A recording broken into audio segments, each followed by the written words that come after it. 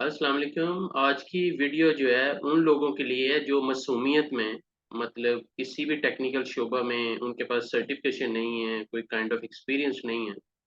लेकिन जो recruitment agency है या वीज़ा एजेंसी है पाकिस्तान में वो उनको रेफ़र कर देती है कि जी हमारा एक ट्रेनिंग सेंटर भी है या kind of technical training centre या टेक्निकल ट्रेड सेंटर तो आपको हम पहले वहाँ ट्रेनिंग देंगे, उसके बाद आपको मतलब आपका इंटरव्यू करवाएँगे और आपको मुतल्लिका कंट्री में भेज देंगे। चाहे वो सऊदी अरेबिया है, बहरीन है, ओमान है या दुबई है या कोई भी जो भी कंट्री है।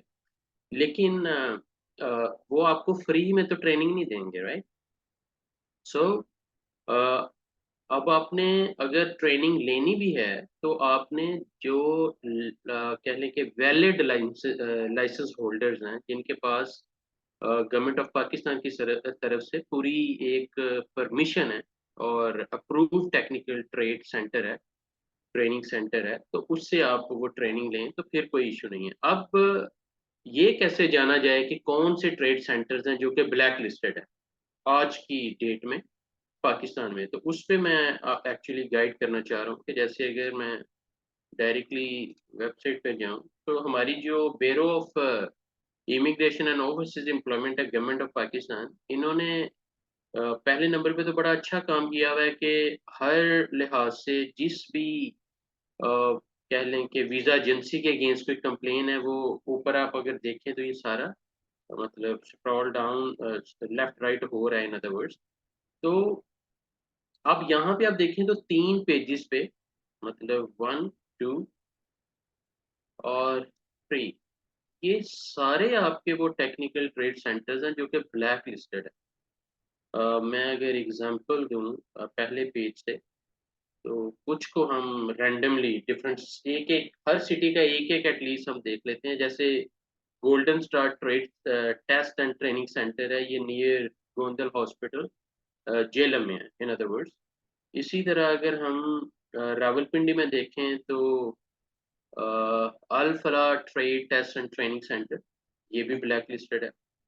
इसी तरह एक और देखें शेखोपुरा में, तो best future technical trade test centre, ये भी कह लें कि ब्लैक लिस्टेड है। तो Al Qaim trade test and training centre, ये गुजरात में है, ये भी ब्लैक लिस्टेड है। इसी तरह स्वाबी में देखें तो टेक्निकल सर्विसेज ट्रेनिंग सेंटर, ये भी ब्लैक लिस्टेड है। इसी तरह मज़ीद अगर हम पेशावर में देखें तो Mohib technical trade test and training centre, ये भी ब्लैक लिस्टेड है। चकवाल में Shaheen technical trade test centre, इसी तरह हाफिज़ाबाद में Al Aziz middle east trade and test centre, ये सब ब्लैक लिस्टेड है।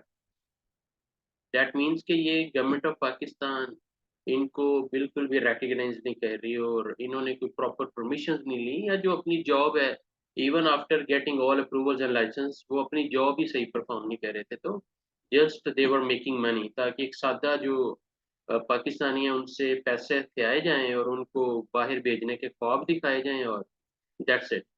और उसके बाद वो फ़ेल हों, पास हों, अगर फ़ेल होंगे तो दोबारा टेस्ट दें, दोबारा फ़ी पे करें।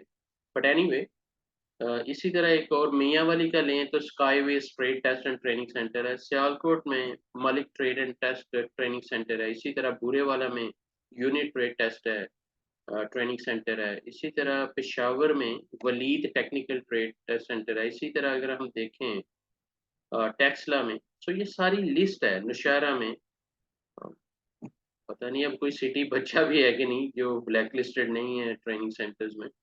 जैसे इस्लामाबाद भी है, गुजरांवाला भी है, लाहौर भी है, लाहौर में तो ज़्यादा है एक्चुअली। जैसे ये Arabian trade test and technical training centre, ये भी लाहौर में है। तो गाइज़ ये सारे जो है ना ये they all are black listed actually.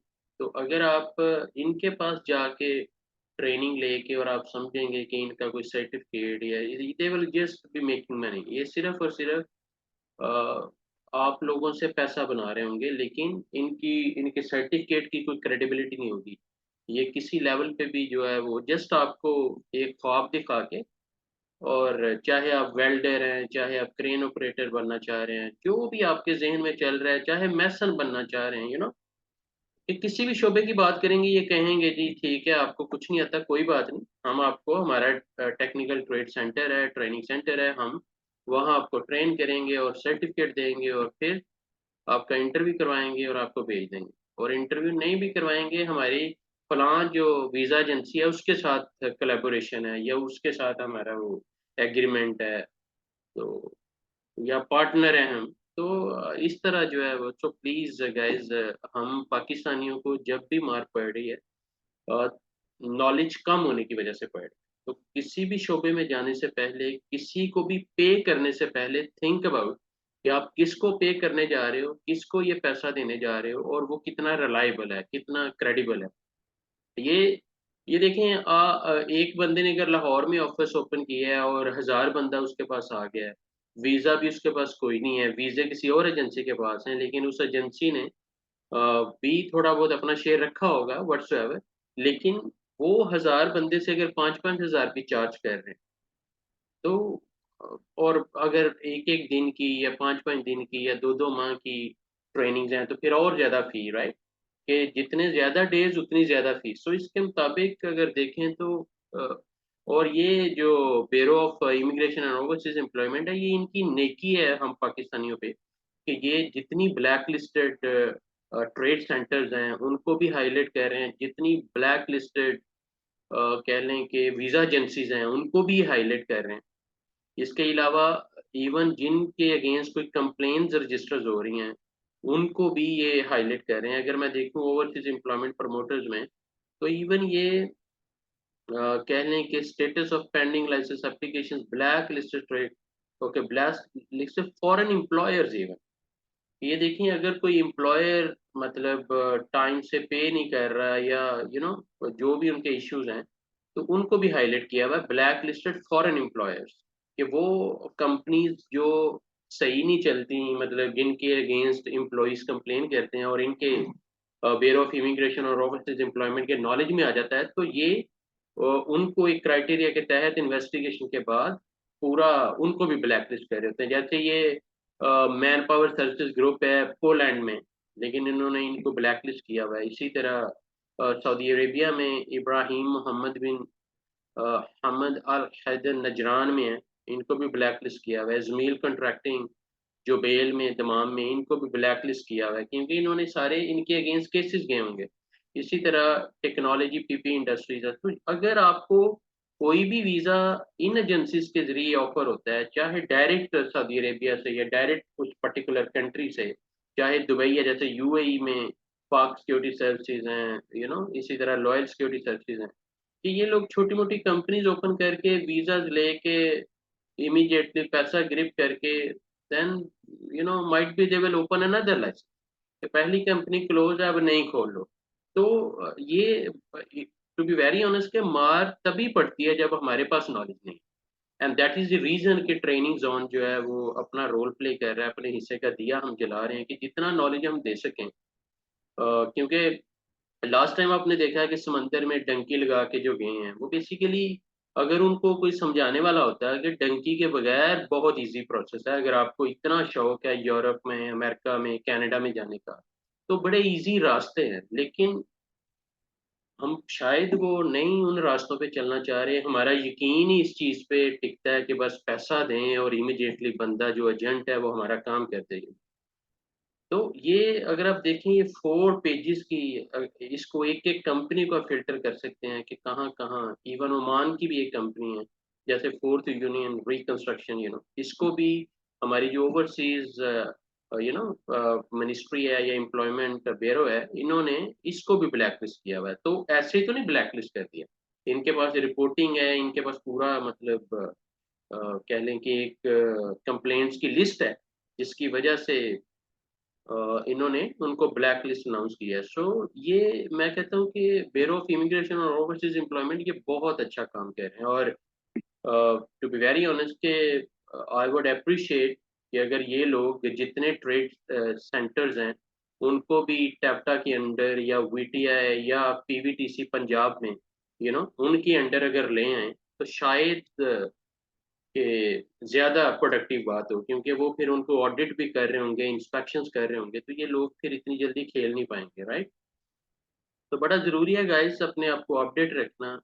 जिस कंपनी का नाम गवर्नमेंट ऑफ पाकिस्तान ने कह दिया है कि ये ब्लैक लिस्टेड कंपनी है, तो आप फिर उस कंपनी के साथ डील कर रहे हैं, तो फिर कसूर आपका है, वो किसी और का नहीं है। और लेकिन ये भी मैं मानता हूँ कि हर बंदे को नहीं भी पता चलता कि किस वेबसाइट पे जाना है, कैसे उसको ओपन करना है, सारा कुछ इंग्लिश में है, किस तरह हम ट्रांसलेशन में एक वेबसाइट को ट्रांसलेट करके उर्दू में सारा पता कर सकते हैं। ये सारी चीज़ें ये कॉपी पेस्ट करके गूगल में किस तरह हम, अगर हमारी मतलब इंग्लिश अच्छी नहीं है, या हम किसी पढ़े लिखे से किस तरह हेल्प ले सकते हैं। लेकिन क्योंकि वो सादा लोग जो आम पाकिस्तानी हैं, उनकी मतलब ये फ़ायदा उठा रहे होते हैं, और वो चूँकि ज़रूरतमंद और मजबूर होते हैं, उनको तो ये होता है किसी तरीके से बस ले जाएँ।